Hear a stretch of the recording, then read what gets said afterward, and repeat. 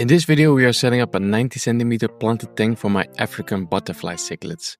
And I'm also going to show you guys how I achieved a beautiful end result in less than 2 months.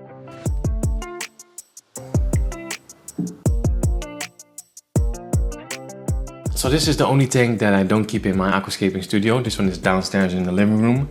Mainly because it doesn't fit in the studio, but also because it is still nice to have an aquarium in the living room as well, you know.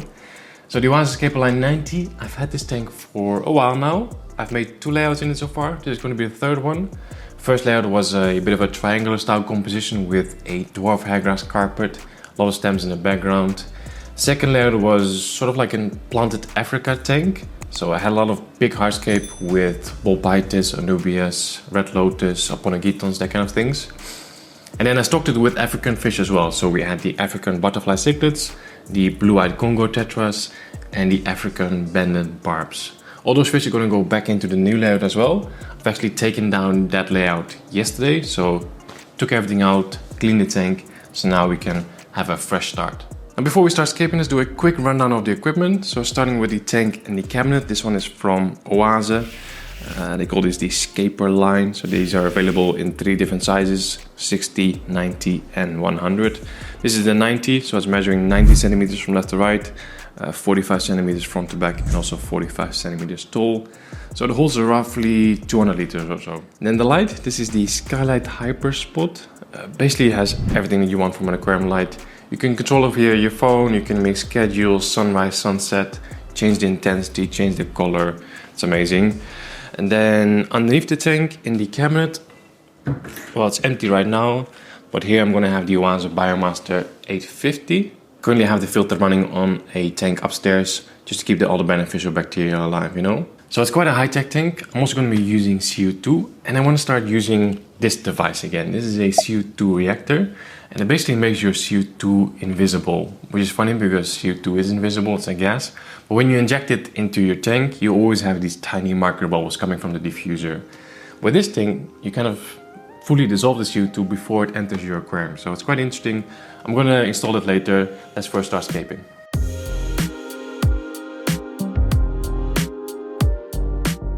So for this thing, I'm going to use the full substrate system from Dentalplan. So we have the AQUASOIL, we have the substrate, the root caps, and I'm also going to use the liquid fertilizer. Okay, so substrate goes in first. We'll just use the whole bag. So this is just a nutrient-rich base layer. Normally this is used in combination with gravel, but I like to use it together with AQUASOIL just to have even more nutrients in the substrate. Okay, then the power caps, not sure how many I should use. There's no recommendation here, so let's use about 10 of them or so. Okay, went for a little bit more. We have 15 root caps in here right now. Again, just a lot of nutrients in the substrate because this is going to be a heavily planted tank with a lot of light, a lot of CO2. So I want to make sure we have plenty enough nutrients for all those plants. Almost forgot, but before I add in the AQUASOIL, I'm just going to sprinkle on some of the ADA substrate additives. So this is the BACTER 100. Then we have the TOURMALINE BC. This basically helps or promotes the growth of beneficial bacteria as well as the plant roots. Then the final step in the substrate system, the AQUASOIL. Now, to be honest with you guys, you can just use AQUASOIL and still get really good results. All those things that I used before the AQUASOIL, so the substrate, the power caps and the ADA additives, those are all extra. And I'm using those because I just want to get really fast plant growth so I can show you guys sort of like a finished aquascape within just a few weeks, you know. Yeah, AQUASOIL is a complete substrate system, so technically we don't need anything else. Let's see how many bags of soil we need. I think probably about 3 or so.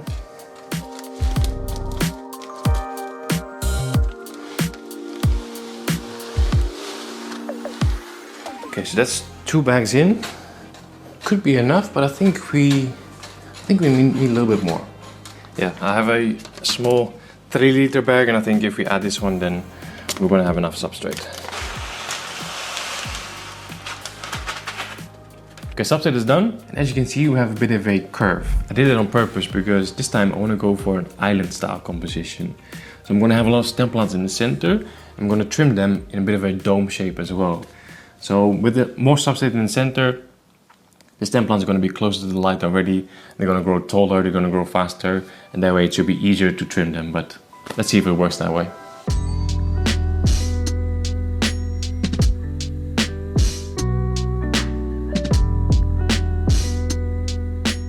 Quite like how this looks already. I recently went hardscape hunting to one of my favorite shops here in the Netherlands called Ocean and Lake. And they had a new type of hardscape called Blackwood. It looks a little bit like regular spiderwood, but then just a bit darker. So they had some amazing pieces. I made a little composition in the shop and basically brought everything home. So let's see if we can recreate the composition in the tank. First, I think we should move this one a little bit further out. So those are kind of like the two main pieces. Then I have this one, which is also really nice. You could do this one in the center, just to have a little bit more branches in the center as well. But then it's still a little bit empty in the foreground, so I have two more smaller branches. So we could bring these out a little bit towards the front, something like this. And then one over here as well. This is kind of how I had it in mind. I'm just gonna like have a look at it, play around a little bit more until I'm completely happy with it.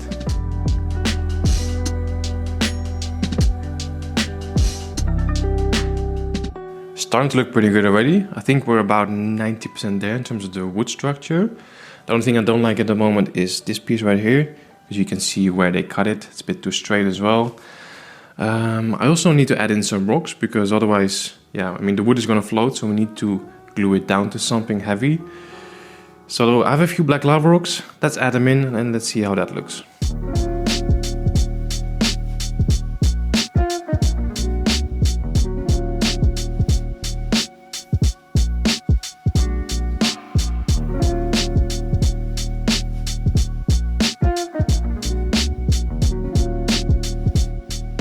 Well, I don't know about you guys, but I quite like how that looks already.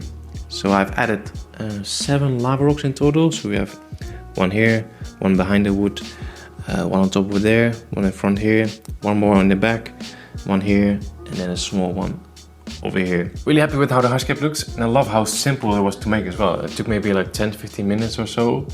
Now I know that in the Netherlands and in Europe we have access to some amazing hardscape materials, but I hope that this also shows that creating a nice hardscape is not that difficult, you know, like we used, well, 5 pieces of wood, 7 lava rocks, and it all came together quite quickly and it looks nice. But we're not done yet, we still have to glue everything together. So I'm going to grab my liquid super glue, the cotton pads, and I'm going to start gluing the pieces of wood to the lava rocks, and hopefully that way it's not going to float up when we fill the tank with water. So over here I have a little cotton pad or makeup pad or whatever you want to call it, and basically just going to take tiny pieces of that, kind of press it all together with my fingers. Then I grab it with a pincet, and then I'm looking for gaps where the wood and the rocks are touching each other. So here, for example. So the piece of cotton is now tucked in there. It's really tight in between the wood and the rocks. So now I'm going to take my liquid super glue and kind of just saturate it. So the cotton is now fully saturated with super glue. And now in a few seconds, it's going to like form a really strong connection between the rock and the wood. And everything's going to be locked together. So now we just repeat that process a few more times. And I'm not just going to glue the wood to the lava rocks, but I'm also going to glue the wood to the wood basically. So everything is usually going to be one solid structure. I also like to do the cotton first and then afterwards go in with the glue. So I've now got a little bit over here. You can see just multiple white dots all over the hardscape. That's all the cotton. So now I'm going to soak everything with glue.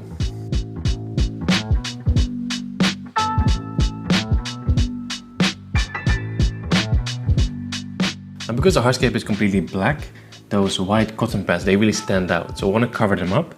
So I've just taken a little bit of AQUASOIL from the tank and kind of crushed it into a little powder. So now I'm going to add a little bit more super glue on top of the cotton pad, sprinkle some black powder on top of it, and then we shouldn't see the cotton pad anymore.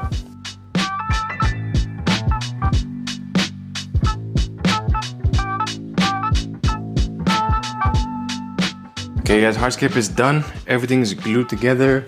Nothing is going to move anymore, and hopefully nothing is going to float up anymore. It's now actually the next day. I had to take a little break yesterday because I had to wait for the plants, but plants just came in, so we can now finish the layout. So it's a big box. We have a lot of plants, and of course, as always, directly from the greenhouse from Dental Plants. They've been supporting the channel for, I don't know, 3-4 years now, so I'm very grateful for that. We have got absolutely loads of plants to work with. So it's no surprise this is going to be a very heavily planted tank, very colorful as well.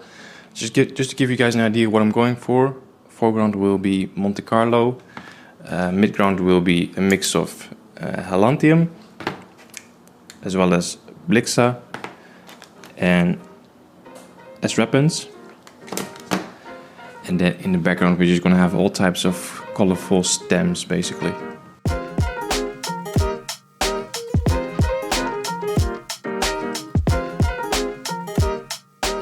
So I've just finished preparing all the plants and I've actually saved all the labels.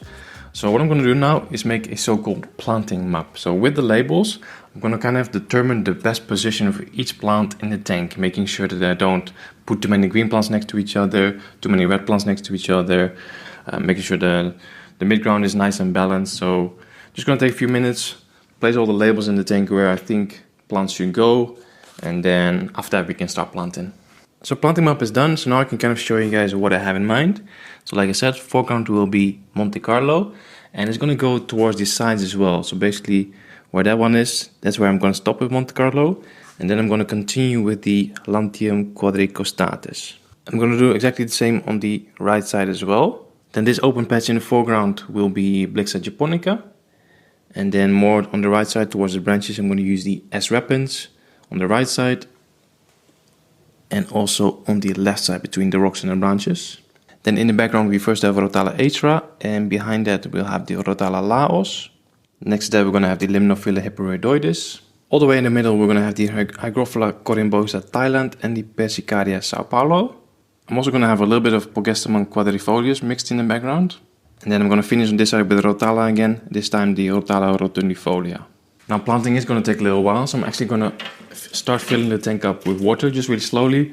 I'm using RO water so it doesn't go very fast. But it's, like I said, planting is going to take a while, so I want to make sure that the plants get planted in a very nice and moist soil so they don't dry out, you know. Okay, here we go. First plant going in, Monte Carlo.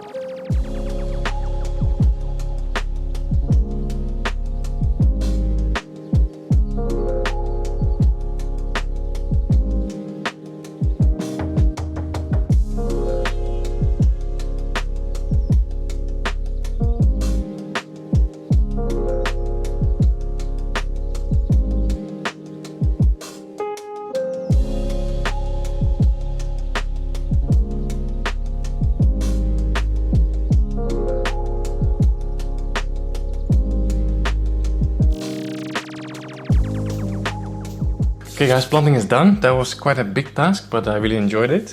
I'm saying done for now because we don't have anything really on the hardscape, on the wood just yet. I do have a few pots of Bucephalandra, the Serum Blue Brown and the Red Scorpio.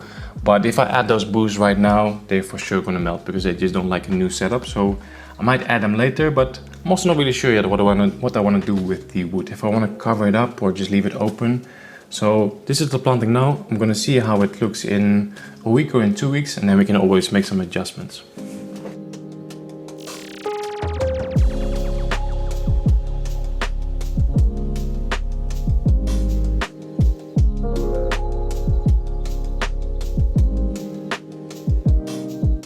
Okay, we're still filling up, and in the meantime I've been doing some work underneath the tank. So I first mounted the CO2 reactor, placed the CO2 bottle and connected that to the bubble counter, which is this one over here. Now I've placed a filter, and now I need to connect everything with tubing to the lily pipes.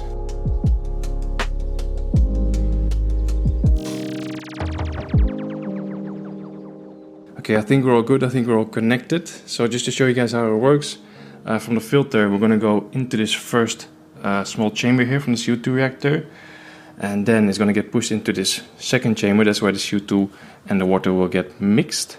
And then on the bottom there's another pipe, and that leads up to the aquarium to the outflow, and then it's just simply going to go back into the filter over here. So it's quite simple actually. So the only thing left to do now is to check if everything is well connected and there is no leaks. So hopefully when I prime the filter, it's also going to fill the CO2 reactor with water, because that's what we need. All filling up. You can see water coming in here. Let's just plug it in, see what happens.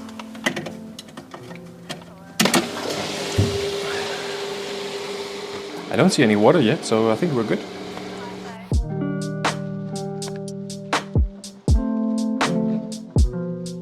So now that the filter is up and running, it's also a good idea to add in some minerals, because so far I've just been adding pure RO water, and the plants and the fish still want some calcium and some magnesium.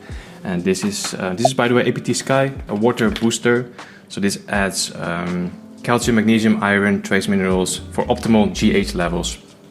I have a link in the description for this one, as well as a discount code.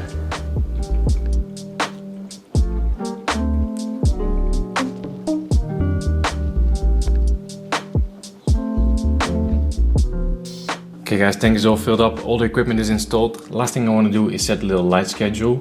Because this is a freshly planted tank, I don't want to go for a very long photo period, so I'm thinking roughly 6 or 7 hours maximum. So I'm going to do that in the Skylight app. So I'm going to start the light at 1 o'clock, that's when we want to turn it on. And then I'm going to do an hour ramp up. So from 1 until 2. Then 6 hours of photo period basically after the ramp up. So the next one is going to be 8. Yeah, so 8 o'clock, and then from 8 I want to have a ramp down until 9 o'clock. That's long enough. We can actually do a little demo so we can see what it's going to look like in a full day. Slow ramp up. That's 80%.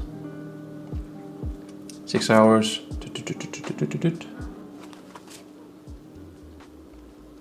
And then we get to 7, then when we get to 8, we want to start ramping down again.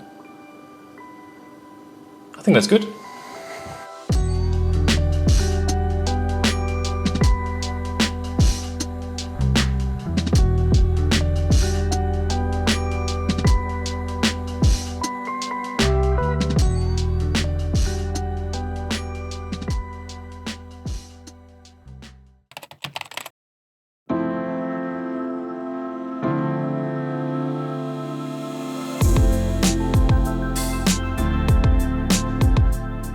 The tank is off to a good start and most of the plants are starting to show signs of new growth. The only plant that is struggling a little bit is the Blixa japonica, but I'm sure it will get better. Since the canister filter was full of cycled media, I decided to add the fish back into the tank. They had been living in a large 25-liter bucket for the past 8 or 9 days, which of course is not ideal. And after releasing them, I noticed that some of the Congo tetras had some nip fins as well.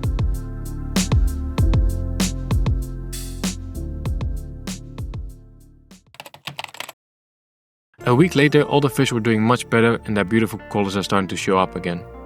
I'm also starting to see some brown algae, but that is completely normal at this point. I also ordered a few pots of Hygrophila pinnatifida, which I'm going to attach to the Hardscape. Another week later, it was time for the first trimming session. I wanted to do this earlier, but the cichlids had laid eggs a couple days before that, and I didn't want to disturb them.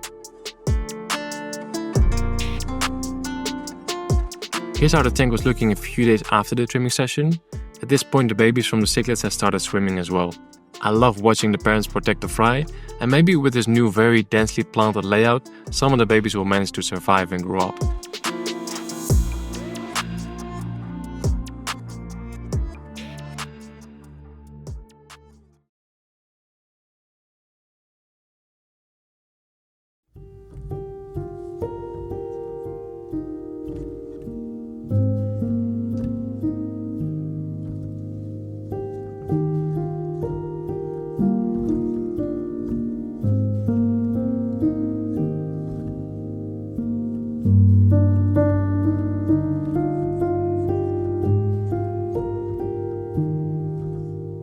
And here we are on day 54.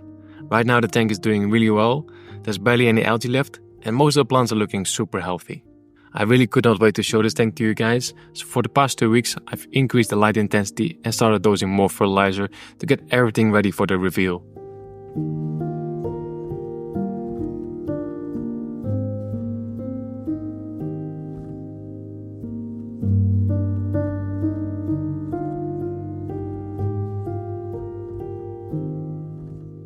Unfortunately, none of the cichlid babies survived, but the parents keep trying, so let's see what happens.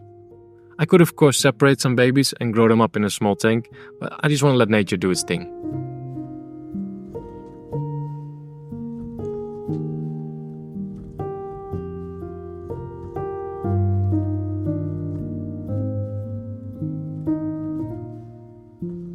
So at the moment I have 8 blue-eyed Congo tetras, 9 or 10 African banded barbs, 2 males and 2 females of the butterfly cichlids, 4 otocinclids, 1 bristlenose pleco, and 1 Siamese algae eater.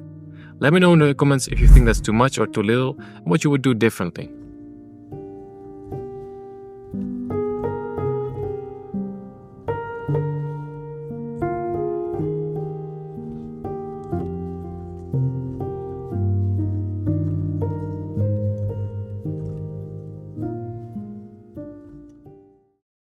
So yeah guys, almost 2 months to go from start to finish. Tank is not finished yet.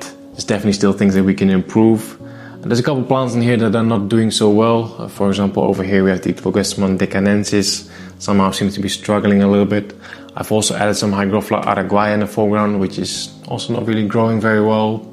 And I think some of the plants in the background could be a little bit more dense, but yeah, that just takes time. Overall, with this result after just 2 months, I'm quite happy with it. So let me quickly talk you guys through how I'm running this tank at the moment in terms of light, CO2, fertilizers, maintenance, all those things. Let's start with the light. It's now on from 1 p.m. until 9 p.m.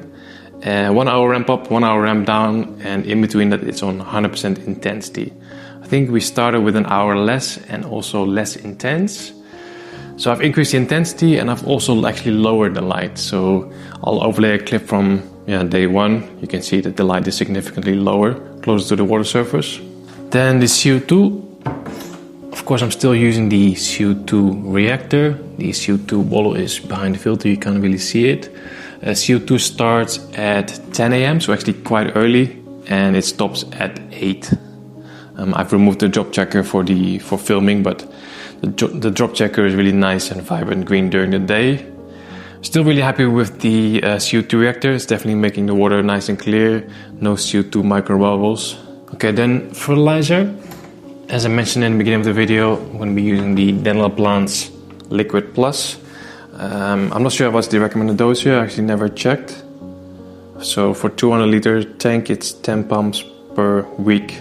I think I'm adding much more. I think I'm adding about 3 to 4 pumps per day. Then I'm feeding the fish, I would say once or twice per day. I recently got a few samples from AQUASOIL with the new organics line. So I have some granules, I have some flakes, quite a big variety actually. So I'm feeding mostly that, and then I'd say twice per week I would feed some frozen food. And then maintenance is just once per week. I'm doing quite small water changes in here actually. I'd say I usually just remove about 40 liters of water, and then I just refill with pure RO, add some minerals, and that's it. Of course I clean the glass as well, and I think once in 2 weeks I'll clean the glass lily pipes, and then of course trimming when needed. I think so far in these past 2 months I've done 2 trimming sessions, but I've only trimmed the carpet once. I think it's just the stem plants in the background that have been trimmed twice. Or remember how at the start of this video I mentioned that this was the only tank downstairs in the living room? It's not exactly the case anymore. We now have the saltwater tank over here as well, but more of that in the future video. Guys, this is the end. As always, thanks for watching. Don't forget to smash the like button, and I'll see you in the next one.